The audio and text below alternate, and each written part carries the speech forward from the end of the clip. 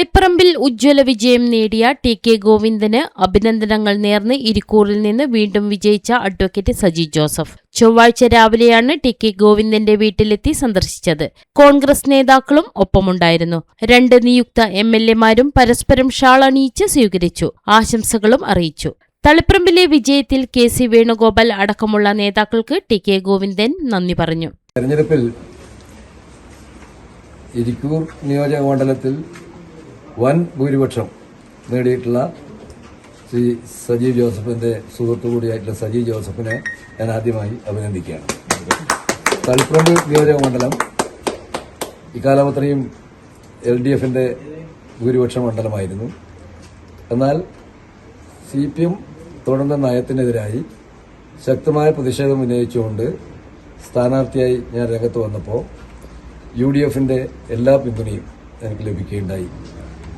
കോൺഗ്രസിന്റെ നേതാക്കന്മാർ, AICC secretary Shri Venugopal, അതുപോലെ തന്നെ KPC പ്രസിഡന്റ് സണ്ണി ജോസഫ് ഉൾപ്പെടെയുള്ള ആളുകൾ വലിയ പിന്തുണയാണ് എനിക്ക് നൽകിയിട്ടുള്ളത്.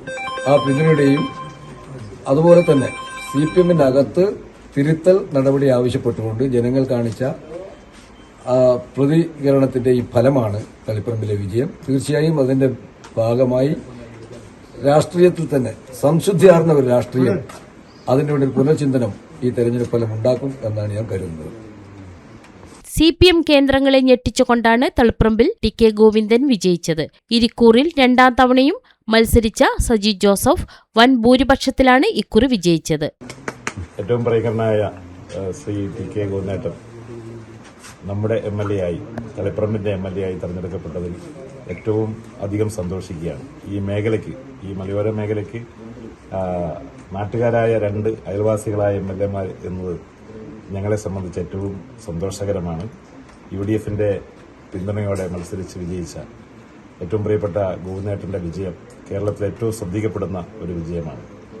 CPM എന്ന പാർട്ടിക്ക് എതിരെയല്ല ഒരിക്കലും UDF ഇക്കാലം അത്രയും സംസാരിച്ചത്.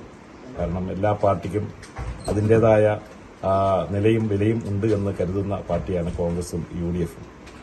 CPMനെ രക്ഷിക്കുന്നതിന് വേണ്ടി അണികൾ തീരുമാനമെടുത്തു. അതിന്റെ ഭാഗമായിട്ടാണ് CPMന്റെ കൂടി അതിലെ അണികൾ കൂടി വോട്ട് ചെയ്താണ് പ്രിയപ്പെട്ട ഗോവിന്ദേട്ടൻ വിജയിച്ചിരിക്കുന്നത്.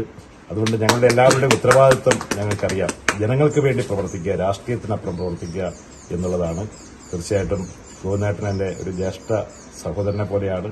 വ്യത്യസ്ത ധ്രുവങ്ങളിൽ നിൽക്കുമ്പോഴും ഞങ്ങളെയൊക്കെ സ്നേഹത്തോടെ കാണുകയും പ്രോത്സാഹിപ്പിക്കുകയും ചെയ്ത ഗോവിന്ദേട്ടൻ ഇന്ന് UDFന്റെ ഭാഗമായി MLA ആയി കേരള നിയമസഭയിലേക്ക് വരുമ്പോൾ അദ്ദേഹത്തിന്റെ എല്ലാവിധ പ്രവർത്തനങ്ങളിലും ഞാനും കൂടെ ഉണ്ടാകുമെന്ന് അറിയിക്കുന്നു.